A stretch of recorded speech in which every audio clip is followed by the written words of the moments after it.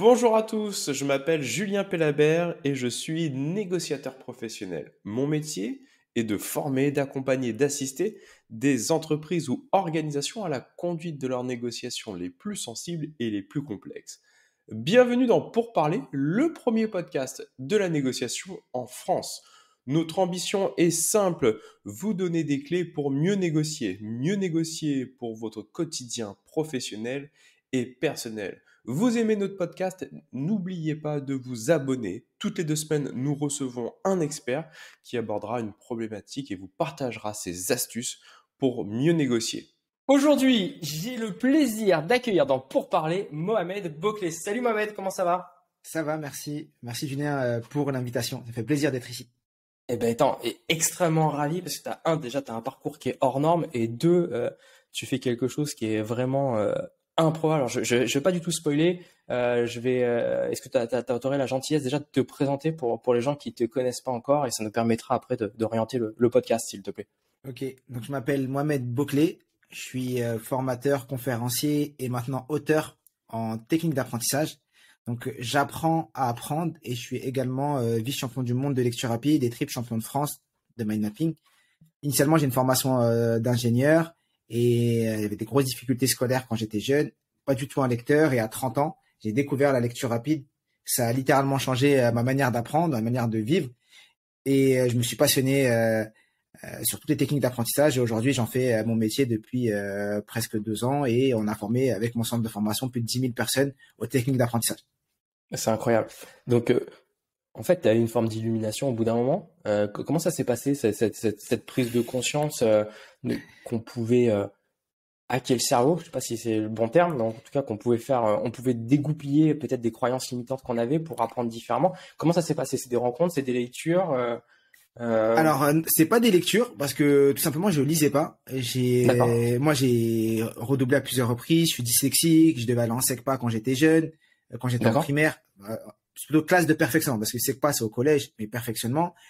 Je lisais pas du tout. J'ai eu au bac de français une note quasiment catastrophique, tout ça. Et à 30 ans, quand je suis parti de Paris, que je me suis installé à Montpellier avec ma femme, on est rentré dans une négociation avec ma femme. Ou du moins c'est parce que j'avais le droit de dire non. Et elle avait le droit de dire non. Donc j'ai compris que c'était une négociation.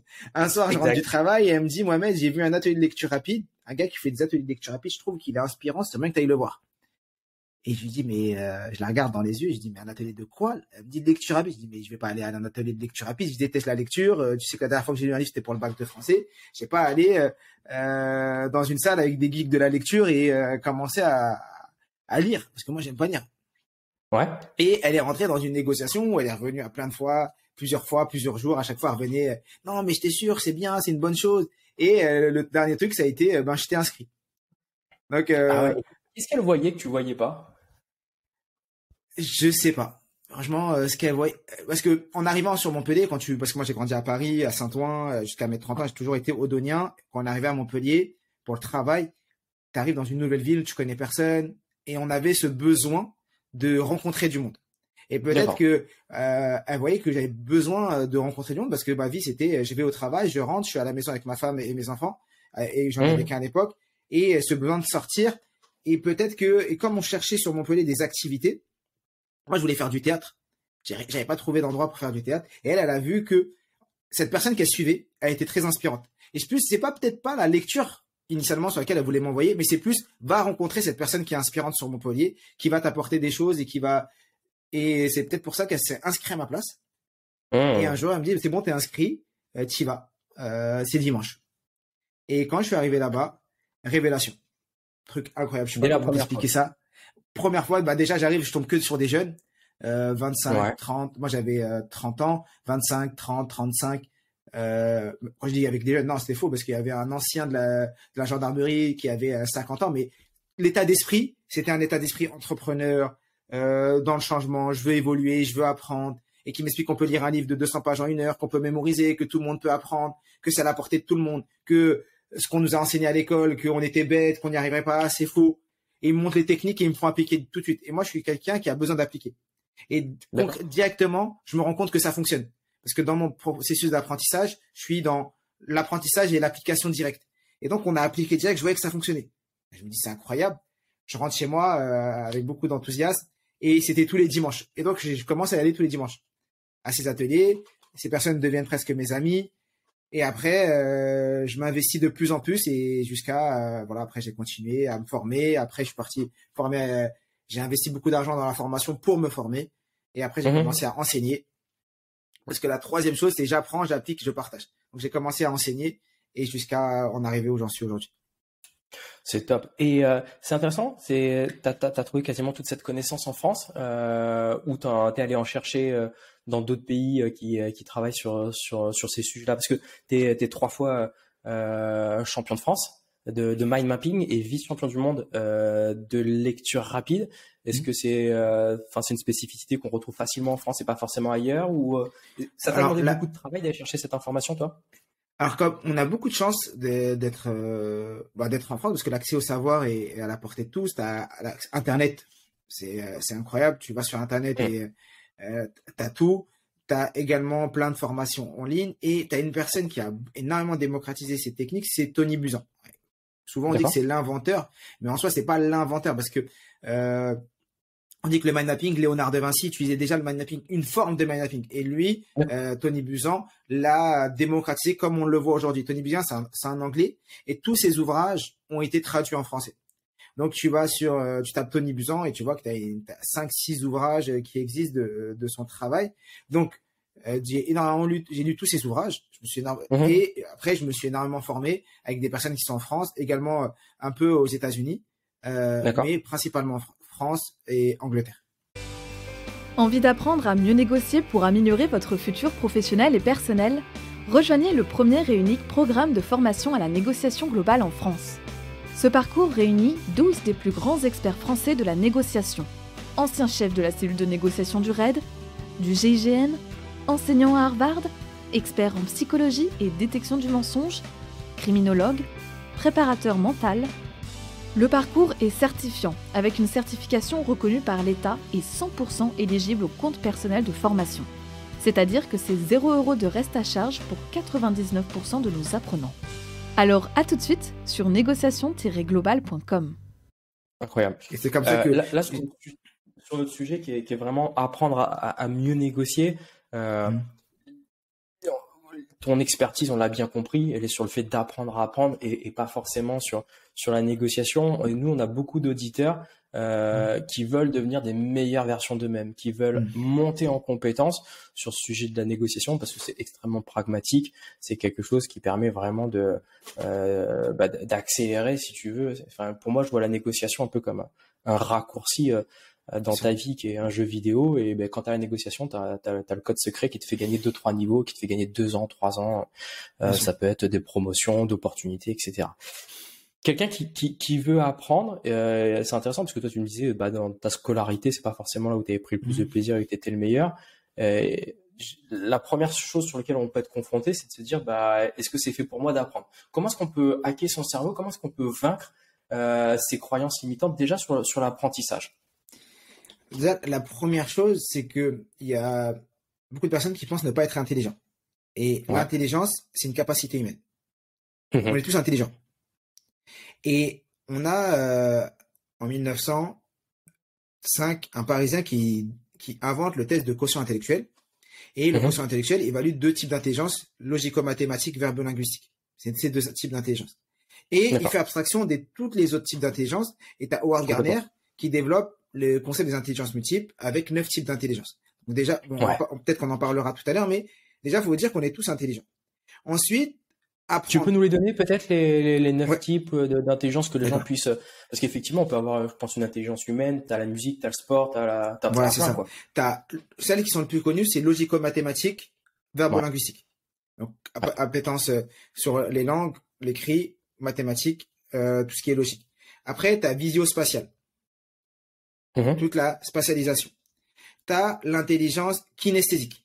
Kinesthésique, c'est l'intelligence du corps. T'as l'intelligence musicale.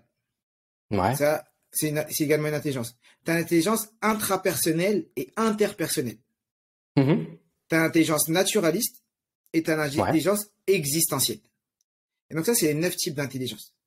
Et donc, quand tu creuses, on a tous 3 intelligences prédominantes qu'on va tous utiliser dans nos habitudes.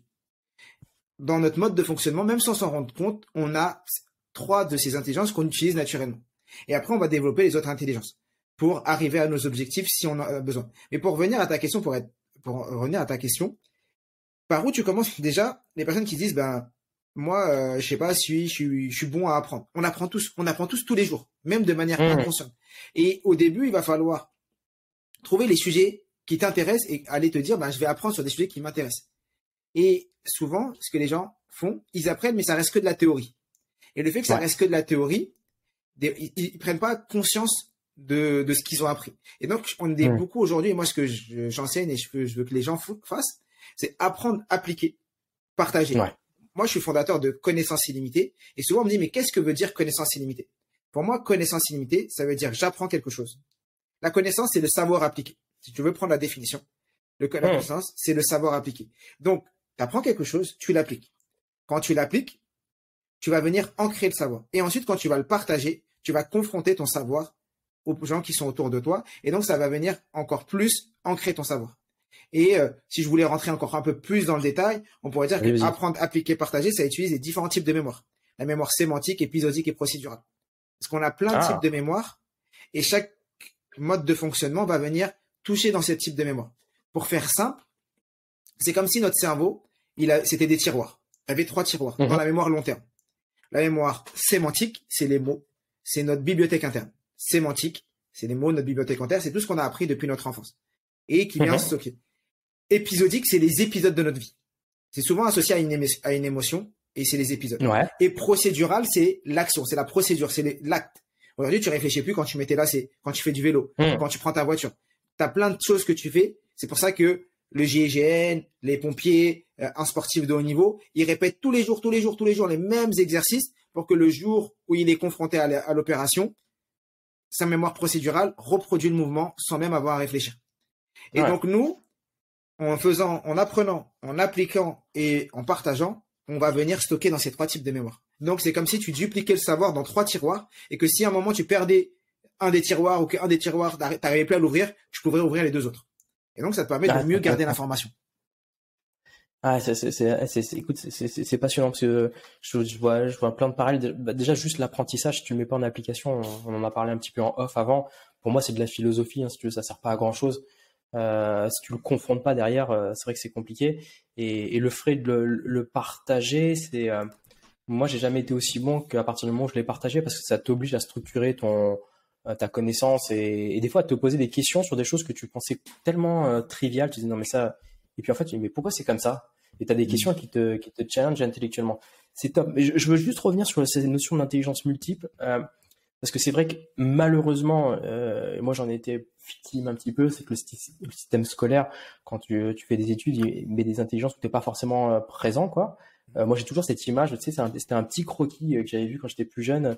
Tu as un singe, un éléphant, différents animaux, et puis tu as l'examinateur qui leur demande de grimper à un arbre, un truc comme ça, et puis qui dit aux autres, vous êtes stupides. Bah oui, forcément l'éléphant ne peut pas le faire, quoi. C'est une phrase d'Einstein qui dit si tu évalues si tu demandes à un poisson de monter sur un si tu demandes à un poisson de monter sur un arbre, il pensera toute sa vie qu'il est nul et qu'il est bête. Mais c'est exactement ça. Et donc bon, et c'est vraiment intéressant d'ailleurs parce que je me suis fait la réflexion il y a pas très longtemps. C'est que plus tu vas loin dans les études, plus on met en avant les logiques mathématiques sur les sélections. Bien sûr.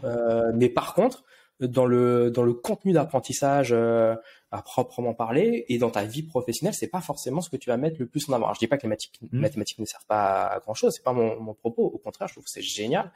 Mais ce que je veux dire, c'est que il y a une vraie décorrélation entre tes études et puis ce que tu vas faire après ou même le contenu. Et ça, il peut y avoir un côté discriminant, mais enfin, la réalité des faits, c'est exactement ça. Et aujourd'hui, ce qui se passe, c'est que tu as 2 types de personnalités qui sont favorisées, que ce soit dans les études et que ce soit dans le monde professionnel.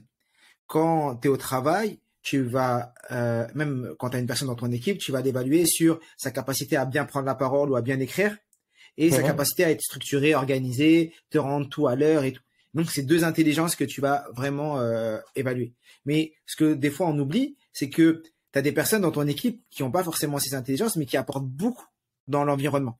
Une personne et tout dépendra des métiers que tu vas avoir dans ton équipe et tout. Et effectivement, les tests qu'on met à l'entrée, exemple médecine, le test de médecine, c'est en vrai, on évalue l'enfant à sa capacité à à bien mémoriser.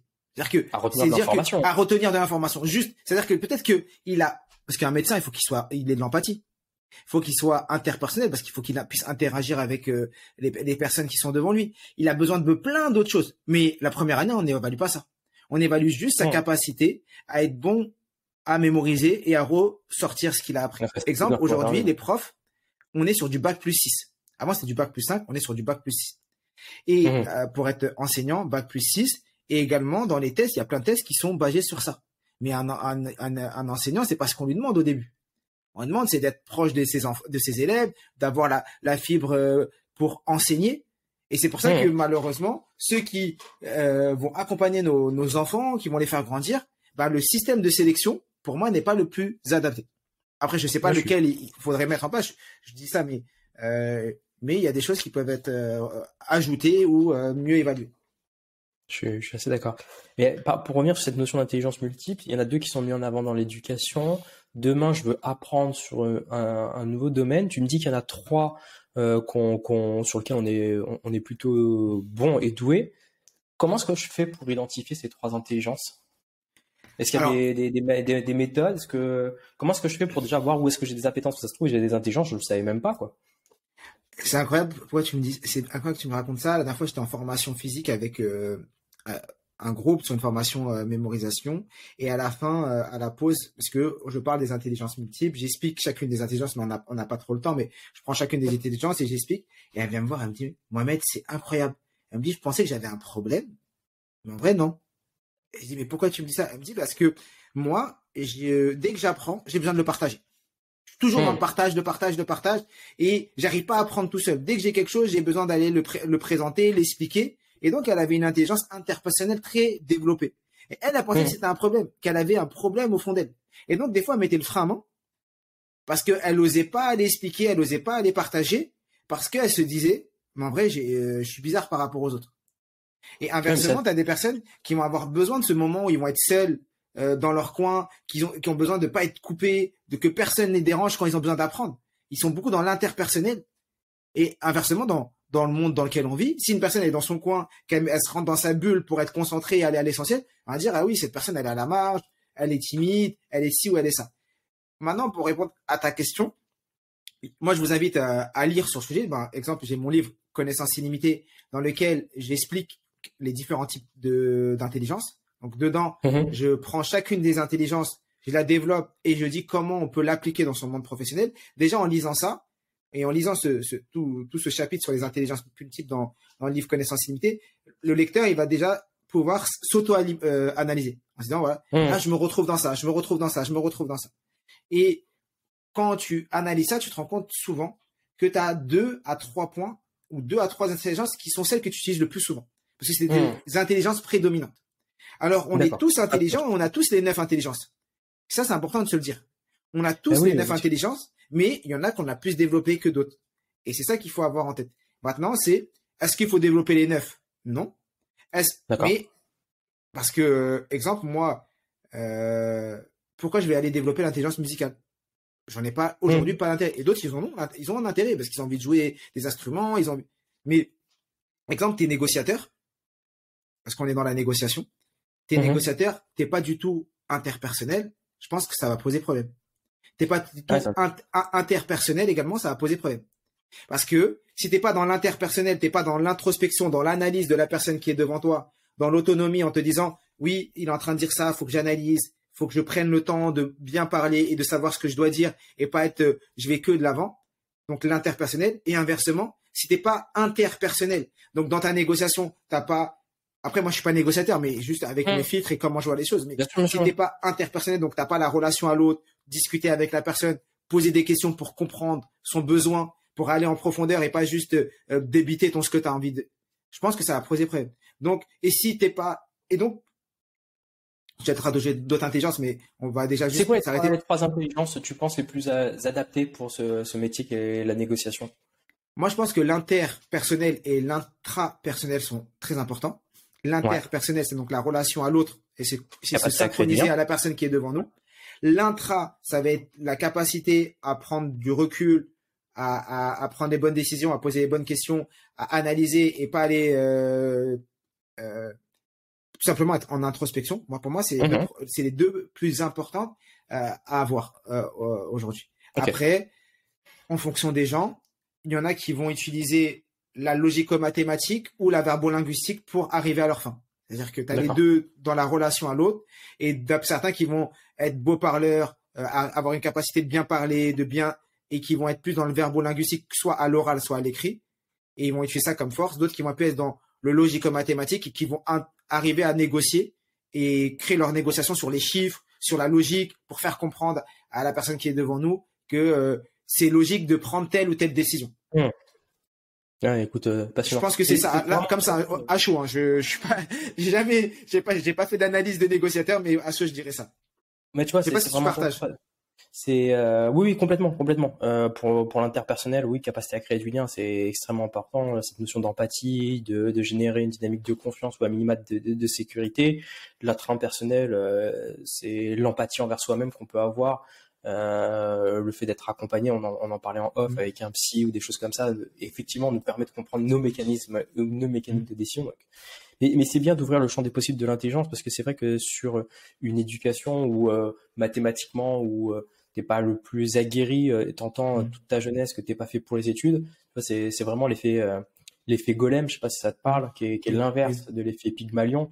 C'est-à-dire que c'est l'effet Rosenthal-Jacobson. C'est-à-dire que si tu répètes à des enfants dans leur éducation qui sont limités, ils le deviendront forcément. C'est la prophétie autoréalisatrice. Donc, dans un sens, l'effet Pygmalion, c'est que si tu dis à tes enfants qui sont brillants, qu'ils ont un champ des possibles qui s'offre à eux, qui est génial, qui vont réussir, bah, tu crées les modifications dans leur comportement pour qu'ils réussissent davantage. Et l'inverse, l'effet Golem, c'est que si tu dis à tes enfants ou même à quelqu'un qui apprend qu'il est limité, qu'il est stupide, qu'il est bête, bah, ça va créer les conditions pour que. Donc, c'est intéressant de comprendre qu'en fait, on n'est pas cantonné que à ces deux formes d'intelligence et qu'on peut derrière s'ouvrir sur un champ des possibles qui est intéressant, quoi. Et ce qui est incroyable, c'est que tu vois des enfants qui deviennent adultes et qui ont suivi ce que les parents voulaient qu'on fasse et qu'ils fassent. Donc, ils ont fait des études, ils ont fait médecine ou ils ont fait des grosses études parce que les parents étaient derrière.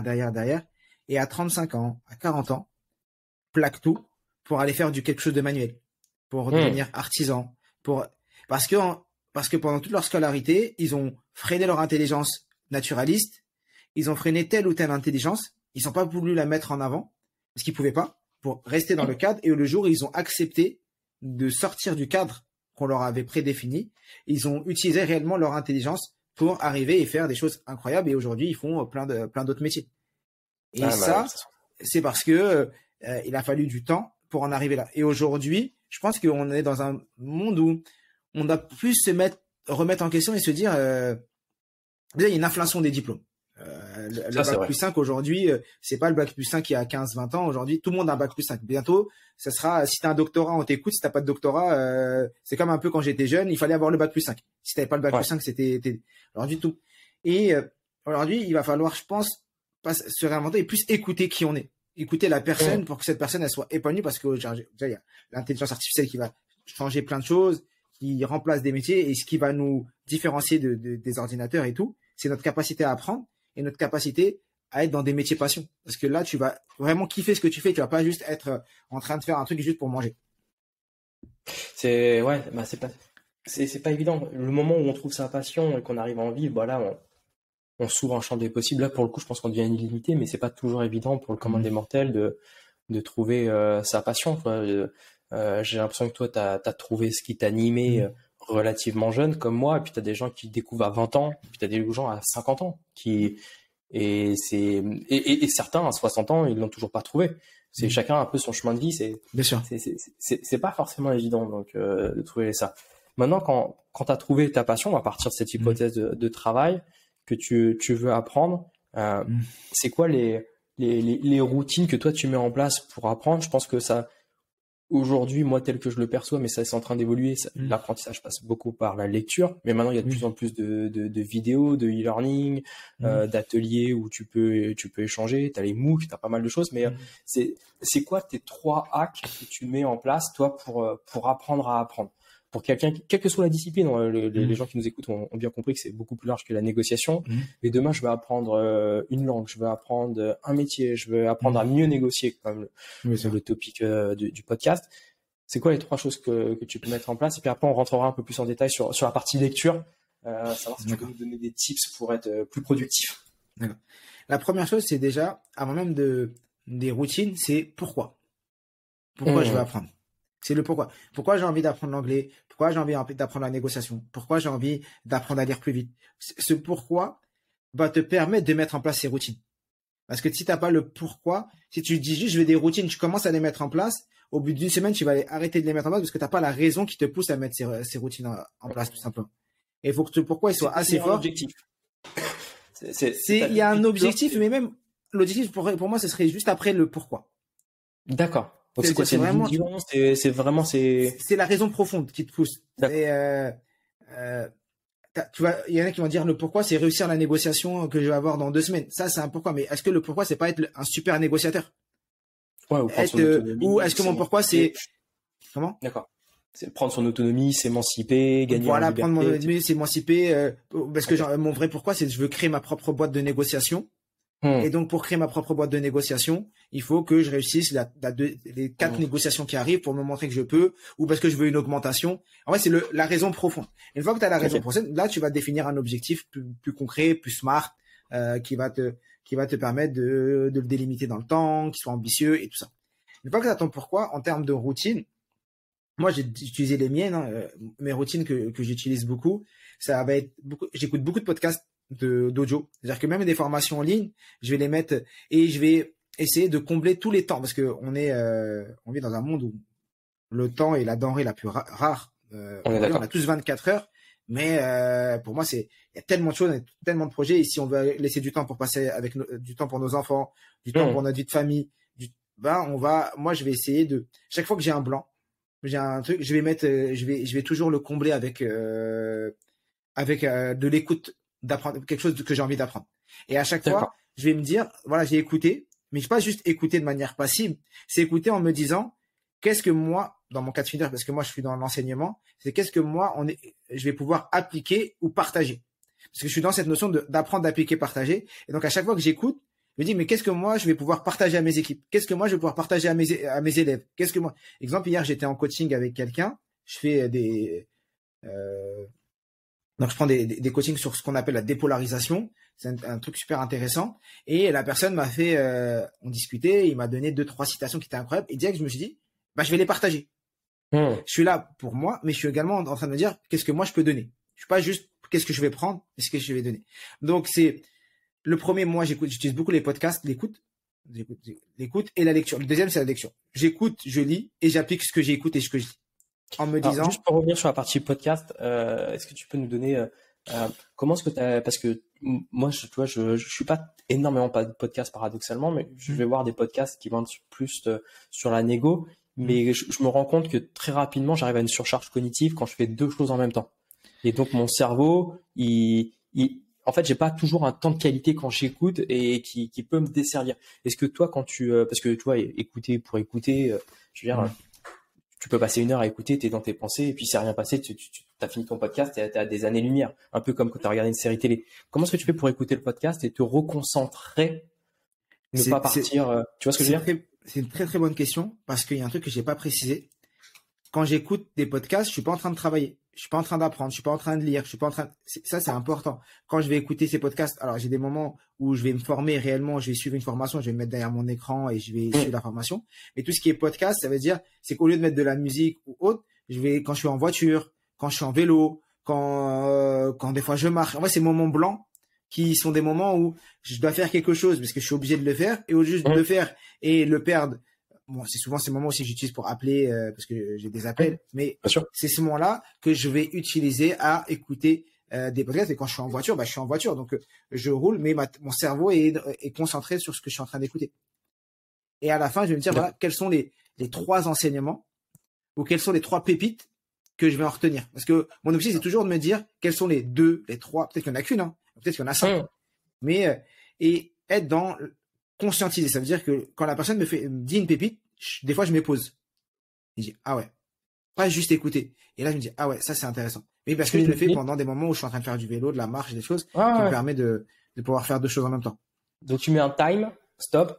Et à ce moment-là, est-ce que c'est vraiment intéressant ce que tu es en train de dire. Est-ce que tu les écris? Est-ce que tu les, tu vois, moi, j'utilise Google Keep. Et dans Google Keep, quand je lis des choses sur la négo, tu vois, j'ai une rubrique négo, et je me mets, des phrases, des paragraphes, des photos où je me dis, wow, là, c'était intéressant.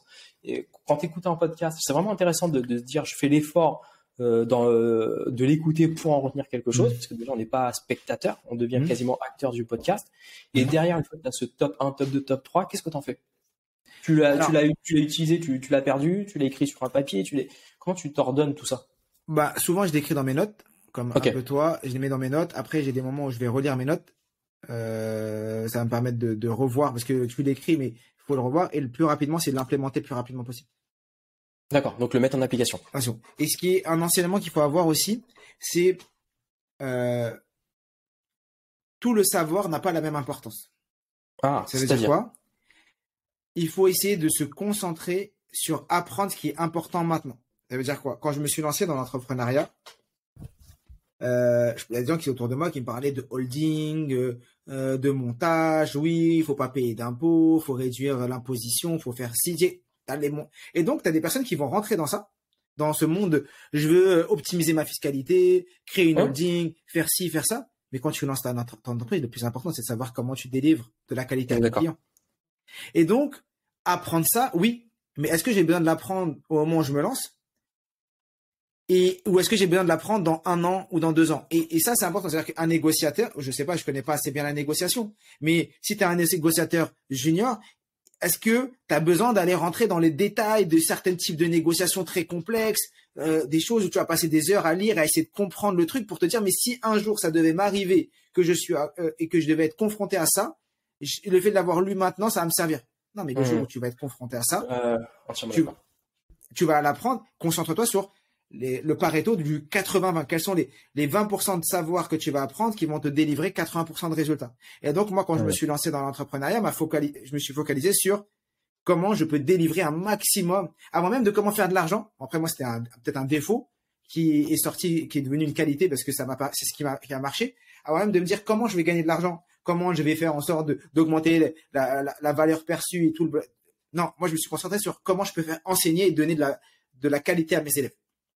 Et faire une transformation. Et comme je me suis concentré sur ça, le reste a découlé. Ouais, de toute façon, c'est ce que tu dis, on a tous 24 heures et le problème, c'est pour moi, il faut s'hyper spécialiser. Et dans l'entrepreneuriat encore plus, c'est quand tu commences dans l'entrepreneuriat, bah, t'as du marketing, t'as de la gestion administrative, t'as un site web. Et moi, je sais, ce qui m'a permis de scaler, c'est de sous-traiter, quoi, à des gens dont c'est le métier et je vais pas perdre de temps. C'était pas le cas au tout début sur les précédentes expériences entrepreneuriales parce que t'as pas forcément beaucoup de fonds et tu veux tout faire tout seul.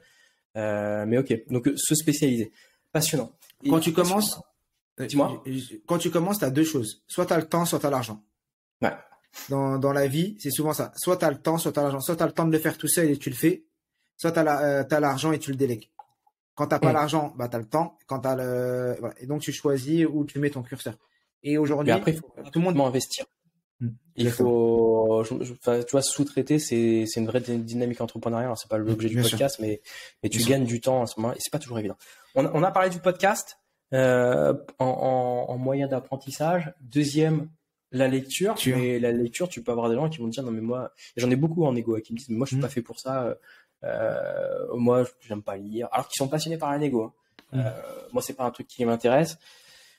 Comment est-ce que tu redonnes envie à des gens de lire? Alors, parfait. Tu as un exemple de négociateur, une personne qui fait de la négociation, qui n'aime pas lire et qui veut lire. Donc déjà, il va lire sur des thématiques qu'il aime. Donc la négociation. Là, dans ton exemple, tu me dis, bah, il est négociateur et il n'aime pas lire et il veut pas lire sur la négociation. Parce que, en vrai, quand il prend le livre, il le prend de manière passive. Il y va en prenant un livre, il commence par la première page, il tourne les pages en se disant, il y a un moment, il y a un truc qui va me tomber sur la tête et qui va me dire, ah, ça, c'est bien. Mais des fois, tu tournes tout le livre et il n'y a rien qui te tombe sur la tête. Ou du moins, il y a des choses qui sont là. Mais pourquoi elle te marque pas? C'est parce que tu n'avais pas en amont conscientisé ce que tu avais besoin. Et donc, moi, c'est l'exemple tu vas au magasin avec ta liste de courses ou tu vas les mains dans les poches.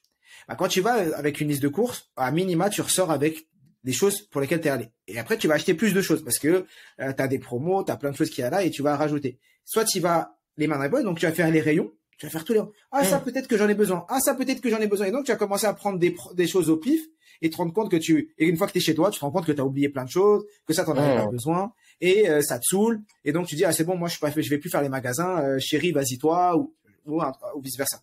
Ou plutôt la femme qui dit à l'homme, non, c'est toi qui iras maintenant. Pourquoi je donne cet exemple? Parce que ça permet de rebondir sur le point que tu veux qu'on aborde après sur les techniques de lecture rapide. Moi, ce que j'enseigne à mes élèves, c'est se poser 10 questions avant de commencer à lire. C'est-à-dire que quand tu prends un livre, d'abord, tu demandes pourquoi tu veux lire ce livre. Donc, quel est le pourquoi qui te pousse à lire ce livre. Et ensuite, tu vas lire l'intro du livre et la conclusion. Ouais. L'intro et la conclusion. Et le sommaire. Donc, en plus, c'est un livre de négociation. Donc, tu vas lire pourquoi l'auteur a écrit le livre et les conclusions de ce livre.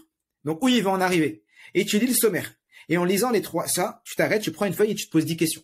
Qu'est-ce que je souhaite retenir de ce livre? Quelles sont mes problématiques? Et des fois, les personnes vont lire l'intro, la conclusion, le sommaire, ils vont dire, moi, j'ai pas besoin de lire ce livre. Tout ce qu'il dit, je le connais déjà. Ou, je me rends compte que ce livre, il m'intéresse pas. Parce que, il y a un truc qu'on a appris à l'école, et qui est incroyable, c'est que la lecture, du moins, on nous a fait croire qu'un livre devait être lu de la première à la dernière page. C'est ce que j'allais te poser comme question. Ouais. Pourquoi? Parce que, on nous a dit que si tu lisais pas le livre de la première à la dernière page, tu pouvais avoir une question auquel tu ne sais pas répondre et donc tu aurais une mauvaise note. Et donc nous, on a assimilé la lecture à la note, à le fait d'avoir une bonne note. Et comme tu vas avoir une bonne note, tu dois avoir lu tout. Parce que si tu lis pas tout, peut-être que la question elle pose sur la première page ou sur la dernière page. Donc et ça c'est faux parce que aujourd'hui, quand tu lis, il y a personne qui va venir derrière toi pour te dire, t'as eu Mohamed ou Julien, t'as eu 15 sur 20, 20 sur 20, 13. Moi, je me rappelle un truc qui m'avait choqué quand j'étais en 5e, et c'est pour ça que aussi je pense que j'ai arrêté de lire. Moi, je suis dyslexique, la lecture était très compliquée pour moi. Je me rappelle d'un cours de français où j'avais lu tout le livre. Franchement, tout le livre. J'avais eu un contrôle, j'ai eu 7 ou 6, et la prof, en rouge, elle a dit la prochaine fois, il faudra lire le livre. Et donc, dans ma tête, je me suis dit, que je lise ou que je ne lis pas, le résultat est le même. Quelle injustice. Ouais. Parce que tu es évalué sur ce que tu ne connais pas et non pas sur ce que tu connais. T'es pas évalué sur tu peux avoir lu tout le livre et connaître bien l'histoire, mais pas avoir les bonnes réponses. Donc c'est pour ça. Et donc, pour répondre à ta question, je fais tout un tour, mais c'est pour bien permettre à l'auditeur de comprendre où je veux en arriver. La personne que tu accompagnes et qui veut pas lire le livre de négociation parce qu'il pense qu'il ne sait pas lire, demande-lui pourquoi ce livre il est important et en quoi le fait de lire ce livre ça va résoudre une problématique dans sa vie ou une problématique qu'il a aujourd'hui en tant que négociateur. Et ensuite il va se poser les questions au début, lire le début, la fin pour voir si le livre l'intéresse, et ensuite il se posera les questions pour savoir qu'est-ce qu'il va chercher dans ce livre. C'est intéressant. Je vais reprendre mon livre donc là je sors mon livre Connaissances illimitées. Il parle de connaissances, de lecture rapide, de mémorisation, des intelligences multiples, de gestion du temps, de concentration. Mais la personne qui va lire, si elle lit le sommaire, elle va venir et elle va se dire, moi, peut-être que là, tout de suite, maintenant, je l'ai conçu pour qu'une personne, elle peut se dire, moi, tout de suite, j'ai besoin que des intelligences multiples. Ok. Donc, je vais lire le sommaire et je sais que c'est ça que j'ai besoin. Donc, je vais me poser des questions sur les intelligences multiples et je vais aller directement vers les intelligences multiples. Oui, donc t'es pas obligé de le lire du début jusqu'à la fin, quoi. Exactement. C'est pas un roman, quoi. C'est un ouvrage de production. Et moi, je fais la distinction entre la lecture apprentissage et la lecture plaisir. Ouais. La lecture apprentissage, comme tu parles toi, la lecture livre de négo, ça c'est une type de lecture où tu peux ne pas lire tout le livre, tu peux aller piocher, aller picorer, prendre ce que tu veux. Et la lecture apprentissage, plaisir, que tu vas lire le soir avant de dormir, le samedi, le dimanche, comme quand tu regardes un film.